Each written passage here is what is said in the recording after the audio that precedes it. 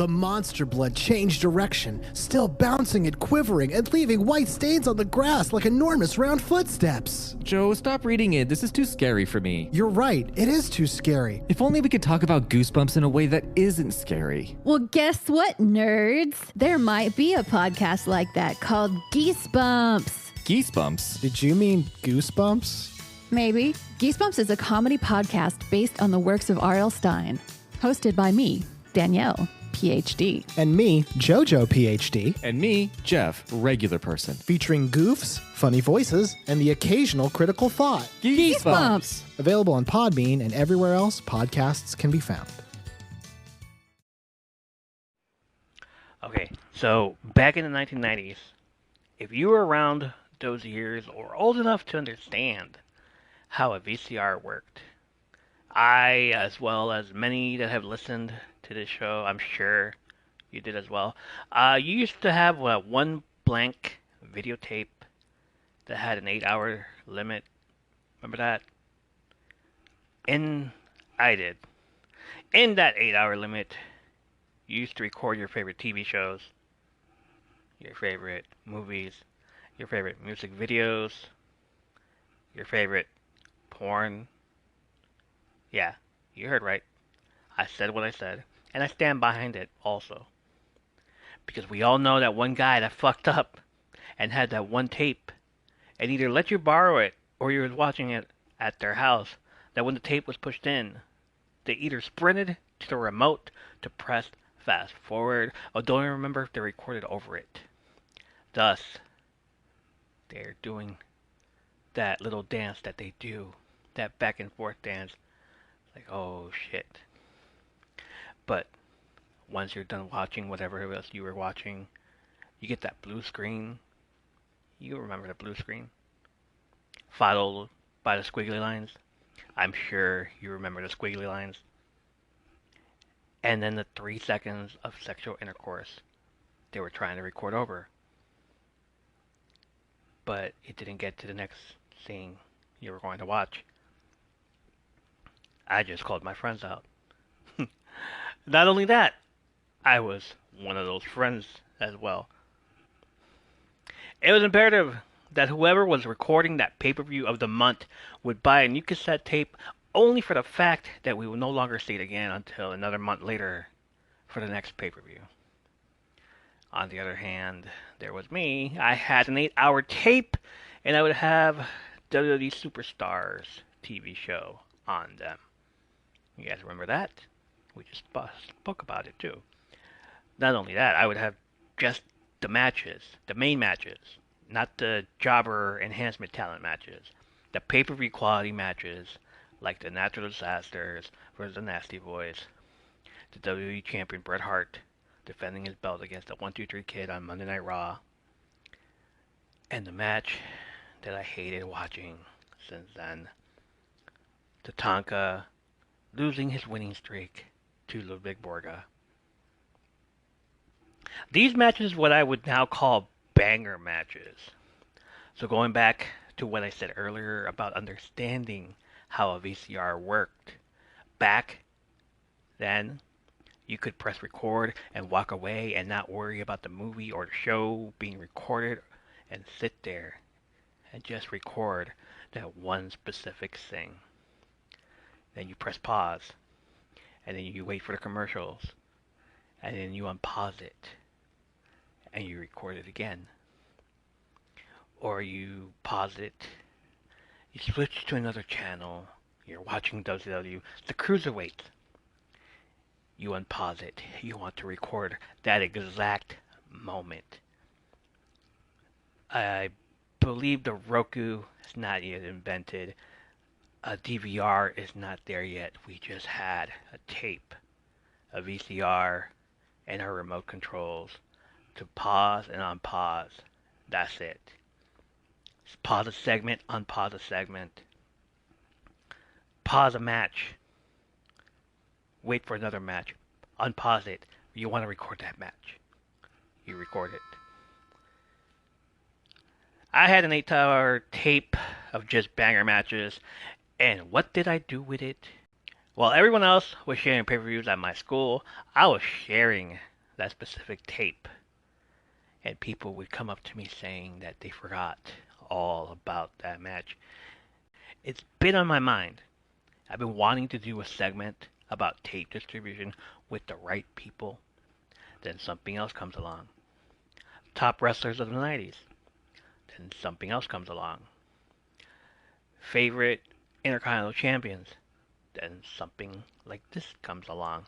Finally, here I am thinking about an 8-hour tape, and that one time this guy asked on TikTok, why do you love pro wrestling when you know the matches are predetermined?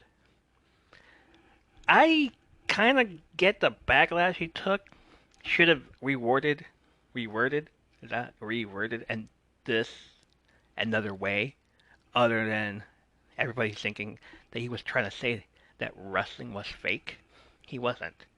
He just asked a question, and all you had to do was educate him.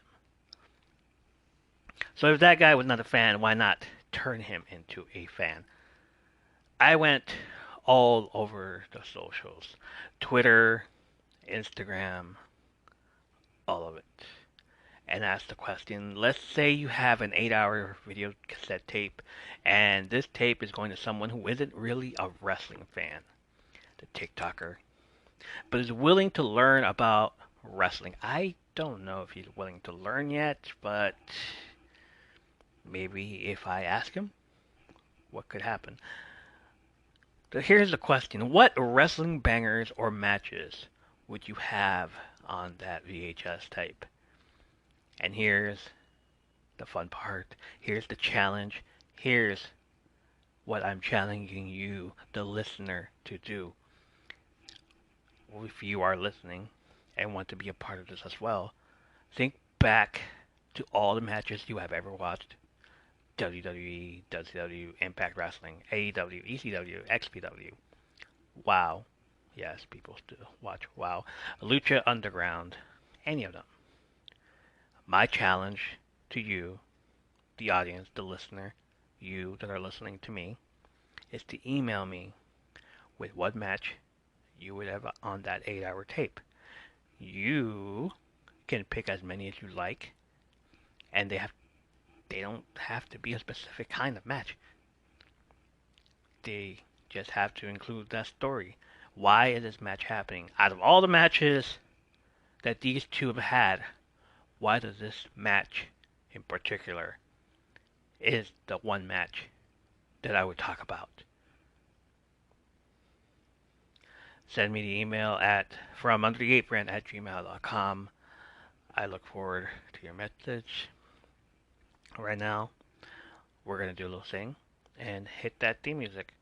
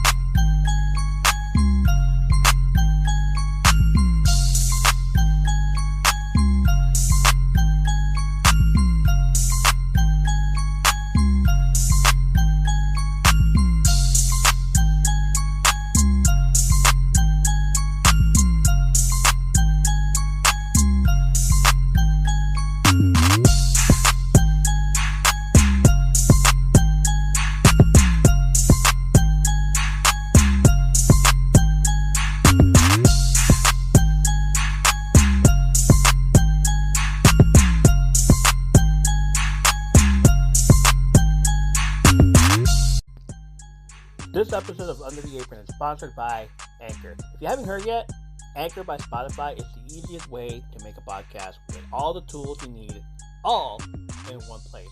Just type in anchor.fm on your browser and start creating that podcast that you've been talking about starting all year long. Take advantage of Anchor's creation tools. You can record, edit, add music, or any type of audio you like right from your phone or computer. Anchor will then distribute your podcast on many different listening platforms, such as Spotify, Apple, Google, or even Stitcher. And that's just to name a few. It's everything you need to make a podcast.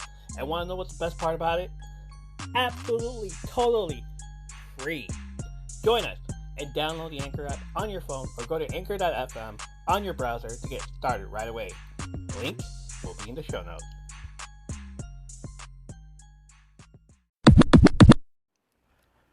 I already have that first match actually,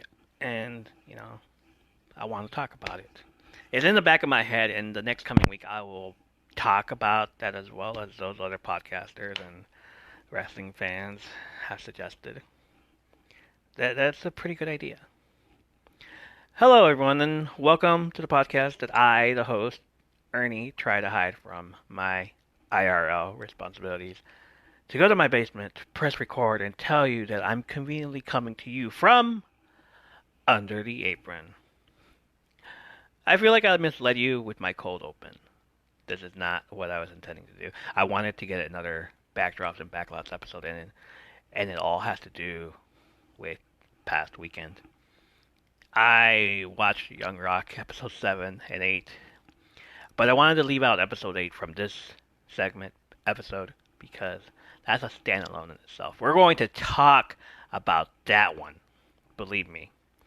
But on this episode, it's Young Rock Season 3, Episode 7, titled World Pacific Wrestling. So let's get to the up-to-date version of this. Last few episodes were month ago. So I'll give you what's been happening ever since. Previously on Young Rock, episodes 5 and 6, and episode 5 during the age of no social media or internet, but around the cuff of the Attitude Era. So it was just starting. It was just simmering a little bit, Dwayne was anxious to see how his heel turn would connect with the fans. He was happy he got to show off his personality in the ring. They did a little fast forward on his montage where they showed him doing all these things during his rookie heel year in 1997, when in fact these were all things done during the years of 1997 through 1999. One of those shots was of The Rock doing the People's Elbow for the very first time. And another one is iconic. Another one was him doing the slide, as I can remember happened in 1991.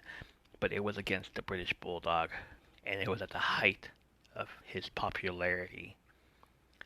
It ended with him and Danny going to a restaurant and being stopped to take pictures while he reluctantly did so. Danny Garcia, his ex-wife now, his wife at the time, told him to be accountable for himself and do it with a big smile. So as he went to apologize to the fans for having such a bad fucking attitude, they were such good sports and had a blast with him when he started doing his Brahma Bull shtick. On the way back, there was a small joke, wink of an eye for the long-time fans, when Danny told him that the waiter was going to bring him some pie. And we all know The Rock loves his pie. In episode 6, during the Christmas weekend episode, Dwayne told the story of the 3 stages of his life, subtly titled Dwanta Claus. Yeah, I didn't make this up. Each one having a moral of the story. By the third story, around 1995, he was having a Christmas party with the WWE roster. However, in the future, 2033, Dwayne was sent on a mission by the President of the United States to try to impress the Prime Minister of Belgium, who is also a big fan of wrestling and The Rock. Sent there to discuss about a matter of coffee. Yes, you heard right. Dwayne and Randall continue to tell his stories. It was a big hoopla. So, episode 7. It's called World Pacific Wrestling. Here's the synopsis. Hawaii 1985, Ata and Rocky try to outmatch Leah's promotion with a stable of new big-name wrestlers. Left behind at the after-school program, Dewey falls in with a crowd of latchkey kids. The show opens up in Belgium. Dwayne is restless. He can't sleep, so he tells his phone to text Randall to tell him to get up and walk around with him because of jet lag, and he's overtired. The phone chimes in that Randall has put his phone on Do Not Disturb, but Dwayne tells the phone to text him anyway. He's still restless, so he gets up from his bed, walks the halls of this massive castle that the Prime Minister lives in, and finds her working. They talk for a bit and ask for some coffee. Regular coffee, not the coffee you're thinking about. Dwayne tells her that coffee is good, and a lot of good people in the U.S. would love a cup of coffee just like this. Once again, we are pushing the coffee storyline in this. There's a coffee crisis, and, we need coffee. Prime Minister asked Dwayne for some advice about being in charge. She asked him, did he ease into his role right away, or did it take some time to get used to? Dwayne takes a moment and begins to tell a story of when he was younger. Buckle up, kids, ladies and gentlemen. It's story time once again. 1985, Little Dewey time. Amidst the war between Leah's and Lars wrestling promotion, and then Ada and Rocky Johnson's new wrestling promotion that they are starting to build up. Co-founders of World Pacific Wrestling, Rocky and Ada Johnson, they have already booked their first show in Hawaii at the Kalani Community Center. Unknown at this time if that even exists, I did find a Kalani Hukaha community learning setting in Waianae, Hawaii. Ada says she booked themselves some advertising on Terry and the Chiefs radio show.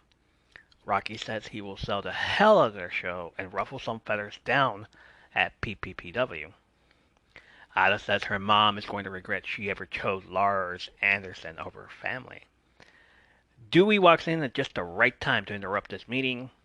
Ada hands Dewey his lunch for school, and he asks for some Snickers because he needs that extra boost of energy before he starts work.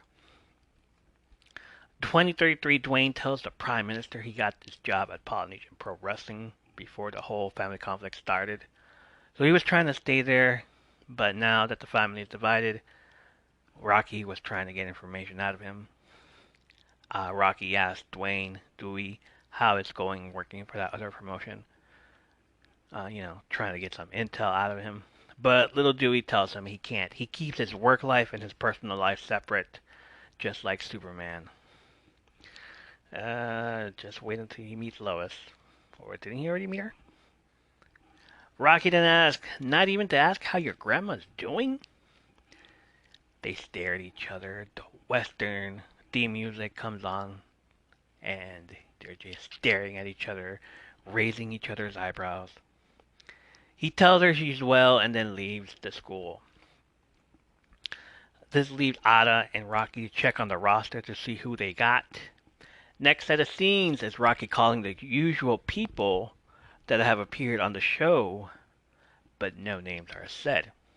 He calls someone Baba, to which a casual wrestling fan would know it's the Iron Sheik. Every call he makes, he tells them that they are his first call and tries to sell to his company as something iconic, special, and extraordinary. The next scene is what's hilarious because it's kind of true. Rocky is standing next to Leah with the ring right behind him, and he acts like he's talking to a room full of people and says that some guys are scared of crossing Leah and too afraid of upsetting Vince McMahon. Okay, it's true. In the 80s, these two had a chokehold on the wrestling world. The NWA was still around, but they weren't as bad as Vince or Leah at this time. So Rocky looks around the room at the three talent that actually showed up. With the same three actors returning for their roles, Bad News Allen, Jake the Snake Roberts with his pet snake, and wearing a white streak of hair that makes him look like a skunk, could only mean one thing. It's the other half, the Wild Samoans. Here, Sika being played by Fasitua Amosa. Ada tells them that everyone in the room are the cream of the crop. Hey, shout out to Randy Macho Man Savage for that cream of the crop promo that didn't air until 1987. But we know where she was going with this. She continues, "We are honored to have you as the inaugural roster of WPW. Bad News Allen, the toughest man in the room, chimes in with, as long as Lars Anderson is not in the ring, he's a happy man. Jake Roberts, who was told by Lars in the previous episode that he was too fat, including the snake, says that he wears his wrestling Speedos 24/7, and it ain't right. Speedos, trunks, it's the same thing. But admit it, they're Speedos. And he's right, it's weird. He conducts business with them. They finally acknowledge the elephant in the room, and that is the god-awful white streak of hair on Sika's hair. Sika tells him Rocky let him do his touch by a ghost gimmick. He explains that as he was visited by the ghost of an evil wizard, and the scar from his battle is his white streak, the mark of a ghost. Sika's wrestling gimmick is that of a possessed wrestler. Oh, goodness. This wouldn't fly today. They'd eat him alive. Anna stares at Rocky, giving him that, "Are you kidding me with this?" look. Rocky smiles and tells her to just let it go. And she did. Anna explains to them that for the very first show, they will all be wrestling in a tournament for the WPW Championship belt. As a twist, the loser of that match will be the guest referee for the next match. They all love the idea. People love a meddling ref. We can all go home happy. Next scene is PPPW HQ, or something like that. It's actually Leah's apartment. Downtown Bruno and Dewey are reconsolidating the baby oil into one big bottle. It's okay. Dewey tells Bruno he's a genius, but Bruno says he doesn't get paid like a genius. He wears his tail off every day and then doesn't get paid that well. Alright, so before we continue, don't you just find it awkward when your coworker starts talking to you about payment in your workplace? Especially when you know you're getting paid more than them. Yeah, it's that I don't want to talk about it kind of thing, but they persist and they persist and it keeps coming up. You try so hard to change the conversation, but it always comes back down to you being uncomfortable around them. Dewey doesn't want to tell him how much, but he insists. Bruno says that he will tell Dewey how much he's getting paid, but Dewey shoots him down, saying he's not asking him to tell him that. And that right there felt relatable. I tried my hardest to avoid that question to others that were getting paid less than me. And I was getting paid more, and I just got there. More experience equals more pay, I guess. I don't know. How does it work? You tell me. But you avoid the question in front of your coworkers. And it's that question of, did you get a raise? And how much? You don't tell them anything. Just say, I got a raise, and I'm not going to tell you how much. I'm not at liberty to tell you. It's something like that, you know. Dewey is saved, though, by that when his grandma calls for him. He's once again in the same predicament he was in earlier. She begins to ask him for information about his parents, how they're doing, what are they up to, what are they planning. Dewey then tells Leah the same thing he told his parents. He's keeping his work and personal life separated, just like Superman. It doesn't work like that, bro. Superman and Clark are the same person. He had his work and personal. He married his work and personal life. He married Lois. Come on. Alright. He then proceeds to tell Leah that he wishes his dad would do the same. Leah tells him that she was afraid this would happen. So to keep him from going insane, or in this case, have him reveal PPPW secrets, he fires Dewey, the first casualty of war. It gives off Leah being paranoid for some reason, because It's not like Rocky and Otto would have kicked Dewey out of the house. Oh, wait. No. No. Hi everyone, I'm Lisa. And I'm Dawn. And if you've ever watched a TV show and thought to yourself, oh my god, that season finale plot twist was absolutely bonkers. Or seen a movie and thought, wow, I need to talk to somebody about this train wreck immediately.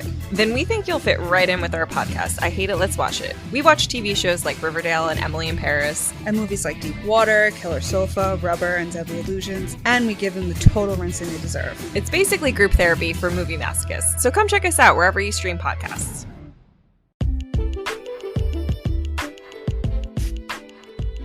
Hey guys, this is Ernie. We're going to get to the next segment in a few, but let me tell you about Dark Fate Creations, okay? Dark Fate Creations would like to invite you to a new and unique experience in candles and wax melts. They hand pour and create every single product using quality, clean, and safe ingredients. Their candles are filled with romantic wooden wicks and made with a coconut soy blend of waxes for a safer, cleaner, and longer burn. The designs are unique and beautiful, but more importantly, they smell absolutely amazing. And the variety of fragrances have something for everyone. Hand poured in Grass Valley, California. Check them out at darkfatecreations.com.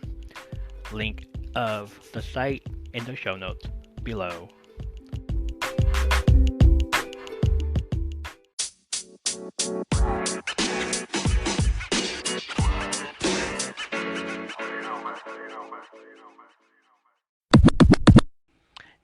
Back from commercial break, Dewey is having dinner with his family. He told them what happened. His parents are supportive of him. Rocky then tells him that he was screwed by his own boss. Just like what happened with them. Choosing the business over her family. Dewey says he respects her decision and she didn't want him to be in the middle of family war. Ada says she's now worried due to Dewey no longer having a job to go right after school due to her and Rocky working on the company. So they offer him to come work for the company, but they can't pay him. He says that's a deal breaker because his grandmother told him to know his worth. That's right. Know your worth. That's the best advice I can give you tonight. Know your damn worth. So Ada tells Dewey to sign up for an after-school program while they are working on WPW. Meanwhile, PPPW HQ, I just want to call it Pew Pew Pew Pew. PPPW HQ, Lars and Leah are talking about King Kong Bundy and how he can't do clotheslines anymore because he strained his rotator cuff. Leah makes a joke. Might as well start calling him King Kong Baby.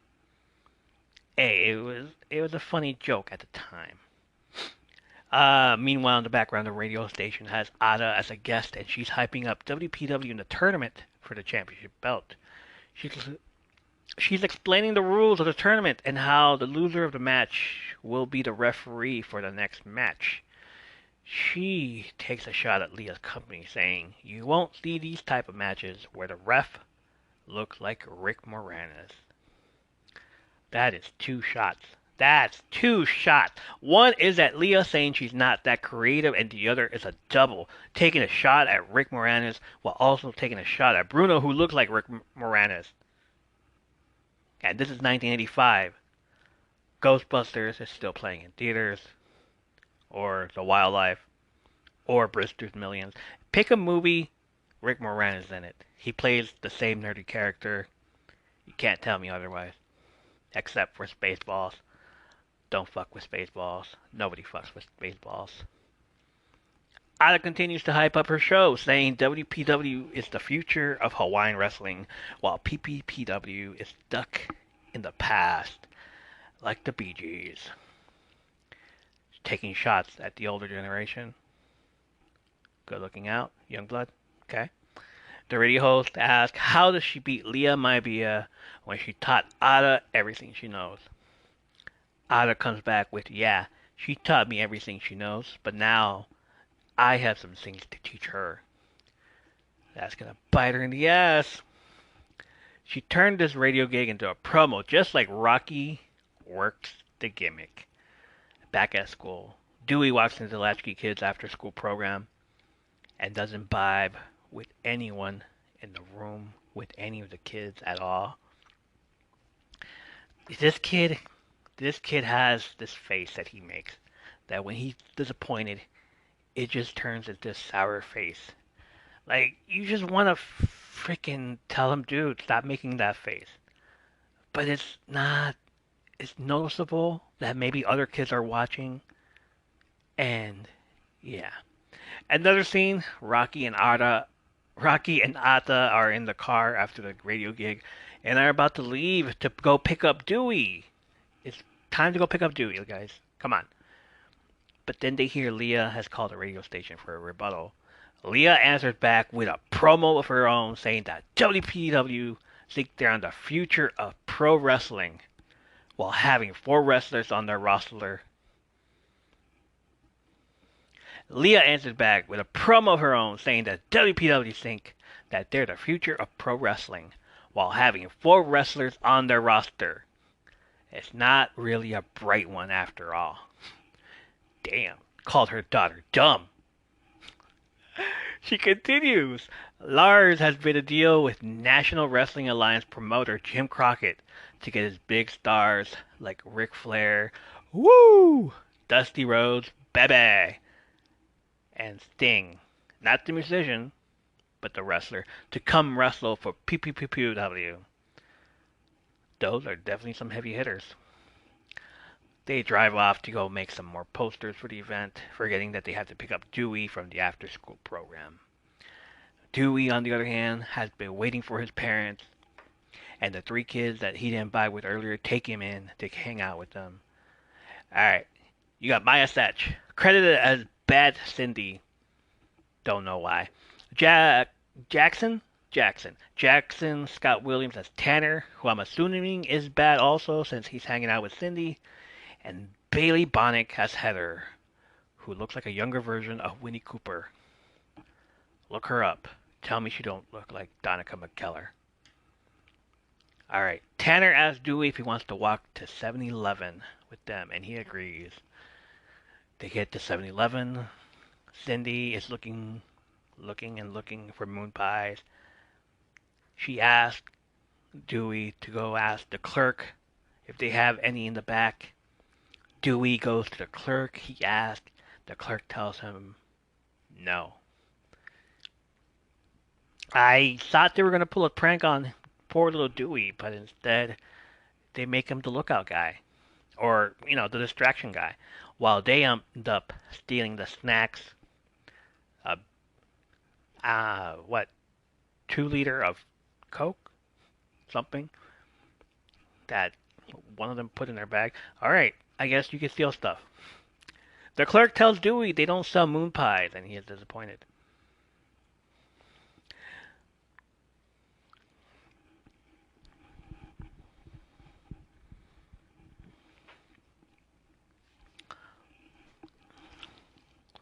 Tanner asks Dewey if he wants to walk to 7-Eleven with them, and he agrees. At 7-Eleven, Cindy notices, looks around, checks for moon pies. There are not any in the front. She asks Dewey to go ask the clerk if there are any moon pies in the back. So he does that. I honestly thought they were going to pull a prank on Dewey, but instead they make him the lookout guy, the distraction guy, while they end up stealing the snacks themselves and then bailing. The clerk tells Dewey they don't sell moon pies, and he is disappointed. Again, that face. I realized this season that this is the face he makes now whenever he's disappointed. Adrian Grohl, who's playing youngest Rocky, youngest Rock, youngest Dwayne, youngest Dewey, is soon going to be taller than 1987 version of Dwayne Johnson. So he leaves when he realizes the other kids have left, but he catches up to them. They immediately tell him what they did, and even if they did, they wouldn't get in trouble. Their parents are too busy to even care. We come to the origin villain story of why 1987 Dwayne steals things, and it's because of this moment right here. They tell him how things are now that their parents are too busy with their other jobs. And they're right. His parents are more worried about the family business and fighting with Grandma than to worry about him and stealing things. Finally, Rocky and Ada show up in their car to pick up Dewey.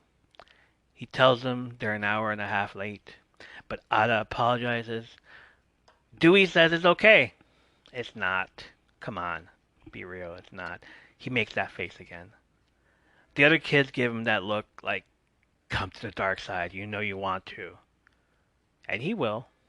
But at least he got Burger King out of it, courtesy of his mom.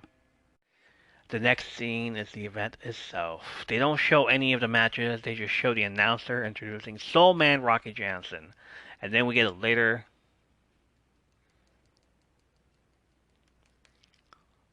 The next scene is the event itself. They don't show any of the matches, they just show the announcer introducing Soul Man Rocky Johnson.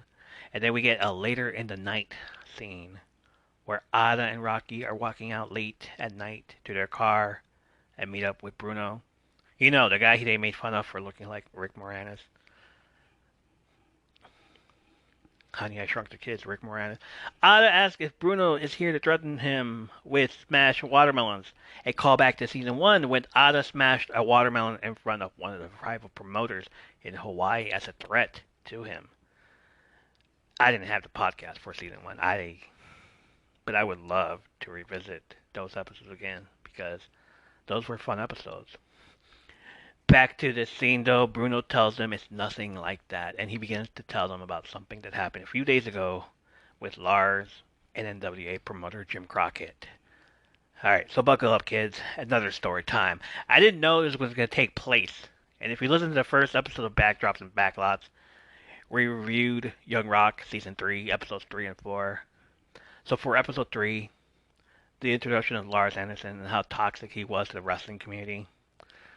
I talk about a story I read when Lars threw a can of Coke on Jim Crockett and Bruiser Brody was egging him on to beat his ass. Well, when I saw this scene, I laughed so hard because they changed it around. Instead, no Bruiser Brody, and Lars just dumps a can. Not Coke, it was beer. A can of beer on top of Jim Crockett's head, who is being played here by Dane Davenport. Dane Davenport, who's been in Hidden Figures, in Anchorman 2, The Legend Continues, as part of the GNN crew. If you've seen it, you've seen it. So Bruno tells Ada and Rocky they didn't hear this from him. He has intel. He's a double agent, so to speak. Then he has intel that may be of interest to them. He tells them there are problems going at Pew Pew Pew W right now. And it all links to one Lars Anderson again. I told you he's the anti-hero. It's him. He's the problem. Here he tells Jim Crockett that Ric Flair should lose to one of the PPPW guys. Crockett doesn't want Flair, his world champion, might I add, to do the job to anybody outside of his territories, especially not on TV. And if folks outside of Carolina got a hold of this footage, it would ruin Ric Flair's storyline down in the Southeast. So instead of Lars throwing a can of Coke at Crockett, we get the new visual of Lars dumping his can of beer on Crockett. And it's not just any ordinary beer. Oh no. It's Schlitz beer. Schlitz beer was known as the beer that made Milwaukee famous and was advertised with this lovely jingle of a slogan. When you're out of Schlitz, you're out of beer. Bruno then says Crockett is pulling all JCP guys out of PPW, effective immediately. So now they have Ric Flair, Dusty Rhodes, and Sting, not the musician, out in Hawaii with nobody to wrestle for, and they're all up for grabs, and so is he. He's leaving. He's done. He's defecting.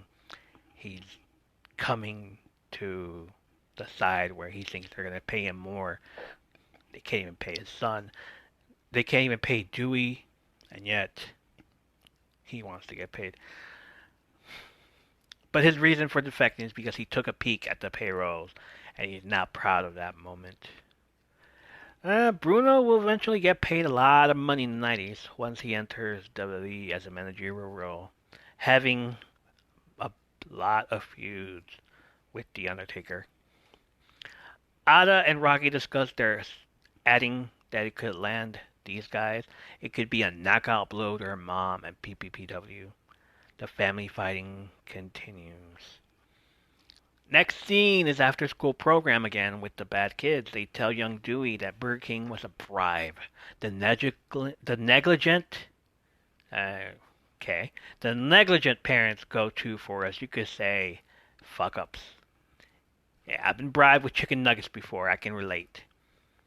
Dewey tells them that his family are wrestlers. They're busy. They wouldn't understand.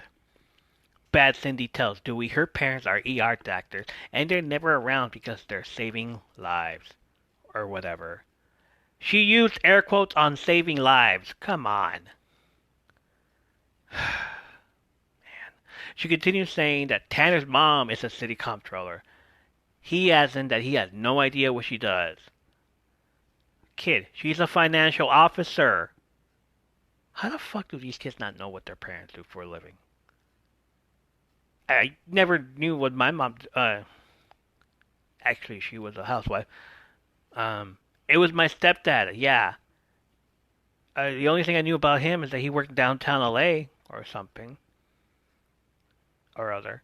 Point is, I don't think I ever asked any of them. I mean, I know what my mom does now, but back then I just assumed the same way that Dewey did. I thought we were poor. I never asked how we got all these comic books and action figures after we moved out of LA. Alright, let's just move on. Cindy says they're not poor, they're just whatever. Heather is poor. Heather, who was just there for support and to make faces. She's the only one that's poor. Dewey says that they weren't poor, but it looks like they're getting there. Tanner tells Dewey that it's usually how it starts. And Heather finally chimes in with, that's usually how it stays.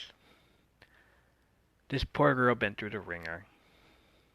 Cindy then tells Dewey that it sounds tough being with parents that forget about you, but after a while you get used to it and it won't upset you anymore. Damn! This episode with the relatable issues. Alright, next scene at a restaurant. Rocky and Ada Johnson. Next scene at a restaurant. Rocky and Ada Johnson are having dinner with Jim Crockett. 16-time world champion Ric Flair, played by Damian Conrad Davis. He plays James Caan on the Paramount Plus show called The Offer, a miniseries about the making of The Godfather. So it's a show about the making of the show. Wait, no, I said that wrong. It's a movie. It's a miniseries about the making of a classic movie, The Godfather. And this guy plays James Caan. Right. This guy has played two legends within the last year. Here, Ric Flair, James Caan. Cool.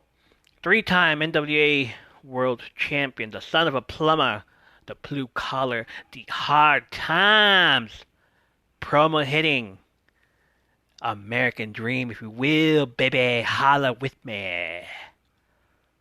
Ladies and gentlemen, the legendary Dusty Rhodes, played here flawlessly by Daniel R. Hill. And finally, not the musician, but the 13-time world champion, young Sting, being portrayed by Jeff Hutt. Sting sometimes wears makeup to the ring. Okay, sometimes. All the time. But, you know, research purposes, I looked up these actors on Instagram and told them they did a great job portraying my wrestling idols. Come on. Ric Flair. Woo! Dusty Rhodes, baby. And Stinger. Woo! Okay, Showtime? It's Showtime. There. Did he have a little catchphrase? Like, all I remember is him just. I like black and white Sting more than colorful Sting. That's all I'm saying. I like the Crow Sting, other than, Surfer Sting. So here's the thing. Jeff, the guy that dressed up as Sting, posted a video reel of him in the makeup chair. I thought he was going to have a scene wrestling in the ring with the makeup. Maybe in the future, I don't know. And I had asked him how long did all of that makeup take. I wasn't expecting a response, but he did. And I thought it was awesome. Thank you for responding. Thank you for taking the time. He says the first session was about an hour and a half. And then after all that, it was about 45 minutes.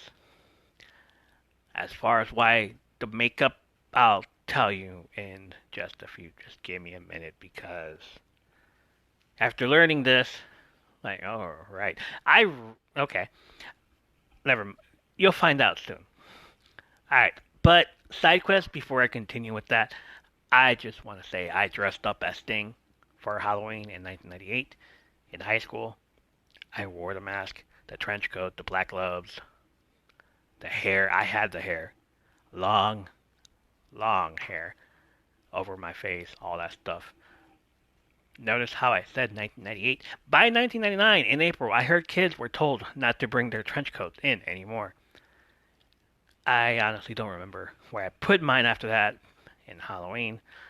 I think it was my mom's, but that night I painted my face red and black instead of wearing the mask, and it took about an hour or so, I will admit.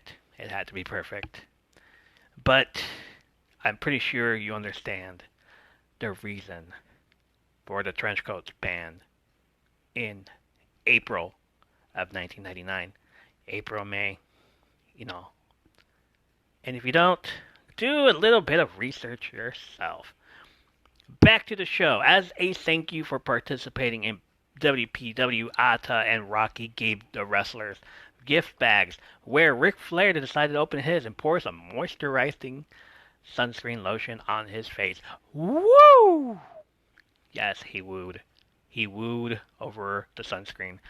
Jim Crockett then tells Ata that she matched the contract they had with Leah, and they loved the chance to work there.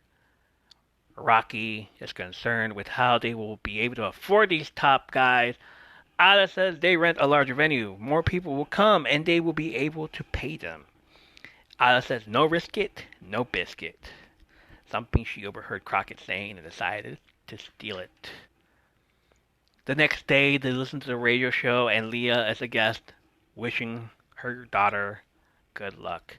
Ada's concerned that Leah didn't react to her daughter stealing her wrestlers, something that will come up later in the episode. She pulls out the poster for the venue, and it's called Tsunami Season 85. And in that poster are the pictures of Rocky Johnson front and center.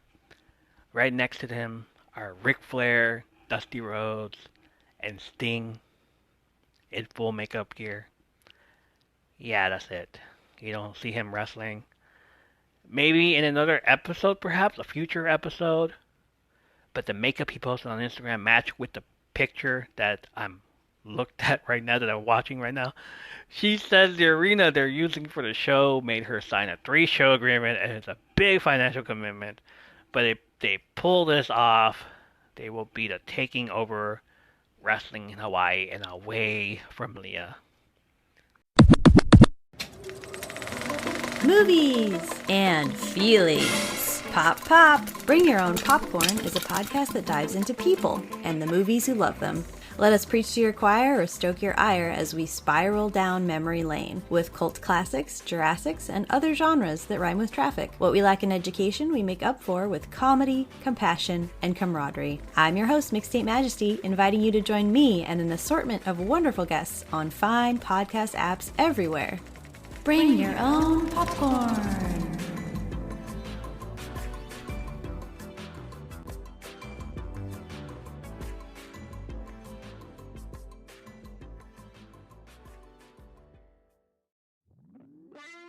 What's new, listeners? I'm Audra Howell, the host of 2 Cents Critic. Here on the program, we give reviews and recaps for books, movies, and TV shows, with a whole bunch of special guests to join in on the banter and breakdowns. Maybe you want to hear about a contemporary romance novel, like The Kiss Quotient by Helen Huang. Or maybe you want to hear about an MCU show, like She-Hulk. Or how about the best movie of 2022? Or at least that's my opinion. Everything everywhere all at once. You can hear all of these discussions and more on 2 Cents Critic.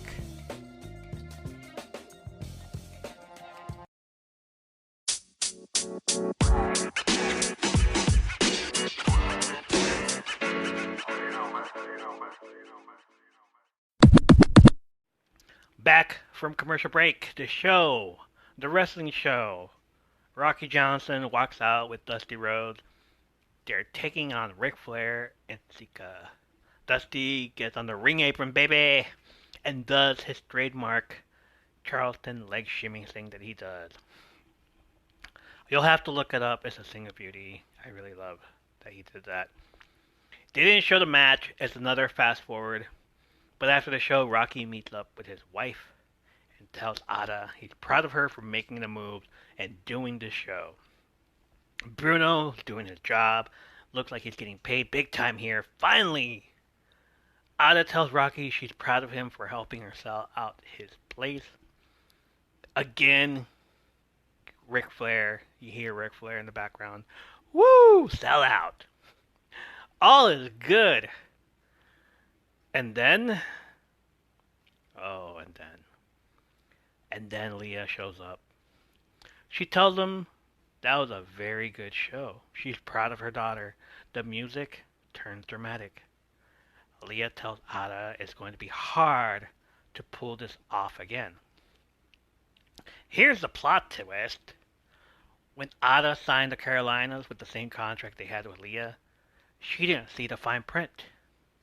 And that was that they can only wrestle 2 shows outside their territory. Leah's PPPW was one of them, and like a villain revealing their master plan, she tells Ada that now she has this big monster arena with no wrestlers to sell tickets. It's why she didn't fight back on the radio. She found a loophole to take down her own daughter. Leah tells Ada she has said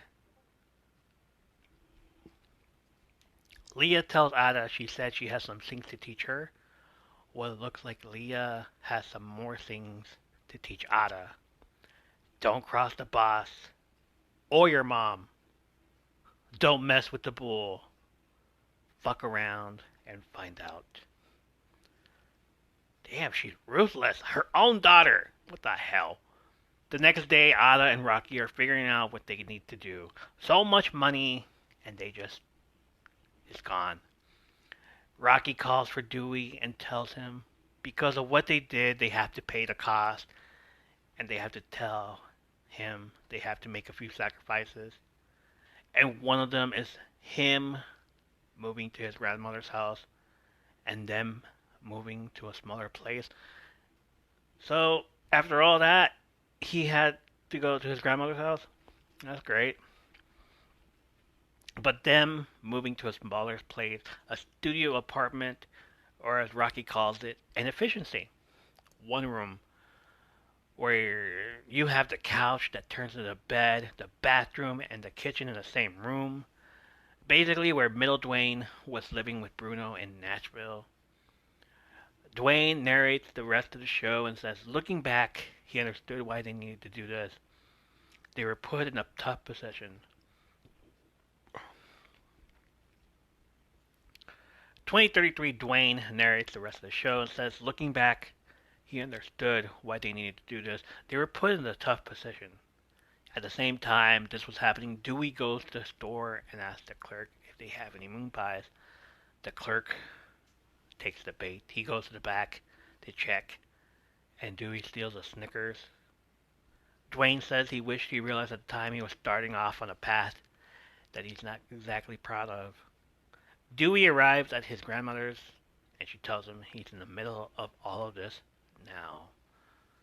2033 Dwayne tells the Prime Minister that he has a million stories, but she has a million things to do. He gets up from the chair and says goodnight to her, but she stops him and tells him she knows why he's here, and that is to talk about the coffee trade deal. She found this out during Randall's loud audio notes to himself. She tells him she respects him and that she is sure he is going to be more thoughtful of her situation than President Taft was. Dwayne leaves and meets up with Randall, who just woke up, and asks Dwayne if he will miss the late night story. Dwayne says he's going to bed and doesn't want to walk the grounds anymore, but tells Randall to try not to give himself any loud voice memos. So that's the episode. I enjoyed it, but not as much as I enjoyed the next episode, and we will talk about that next time. But for now, I really liked this episode. I say I rank it among other episodes from the first season and when Dwayne met Stone Cold Steve Austin for the first time, or the rest of the guys in the locker room. Like, you can hear that on a few episodes behind. Fortunately, they keep changing the actors of the wrestlers. I know in the first season they had NXT wrestler Grayson Waller as Ric Flair, styling and profiling. Woo! They also changed up Mankind's original actor. Hopefully they don't do that anymore. Just be consistent. Alright, before I go, I want to give a big shout out to the new listeners of the show. Y'all are awesome. Thank you for holding it down. Miniature Dancer 51, Dean Bean 94, Goody Girl. A shout out to Dalala Marie on Twitter. She's the best. Y'all gotta follow her.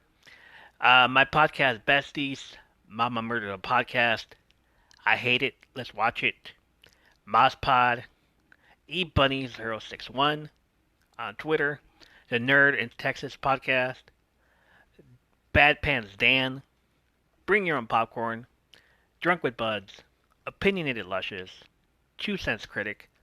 There's more. I just can't name them all. I wish I could just name all of them here. So, guys, if nobody has told you today, you are loved, you are amazing, and you matter. So don't let anyone tell you otherwise. I'm proud of y'all. Trust the process and continue to be the awesome people that y'all aspire to be. Alright, that's going to do it for me. Thank you for listening to the show and supporting us. You can find us on all our sort of social platforms at our Linktree, linktree.com/from under the apron. It has the link to our network, Twitter, Instagram, YouTube, socials, our Goodpods, Spotify, and iTunes accounts, where you can listen to us as well as leave us a comment or a 5-star review, which helps us be discovered by other fans of wrestling and podcasts. Check out the show notes for links to other podcast trailers that you heard on this episode. Send us a message of your favorite wrestling stories, questions, comments, ratings, or requests by email. It is from undertheapron@gmail.com, and I will do my best to get to them and answer accordingly. Thank you for listening and being a huge part of our community. Join us next time for more stories, movie, TV show reviews, as well as wrestling when we come to you from Under the Apron. Woo!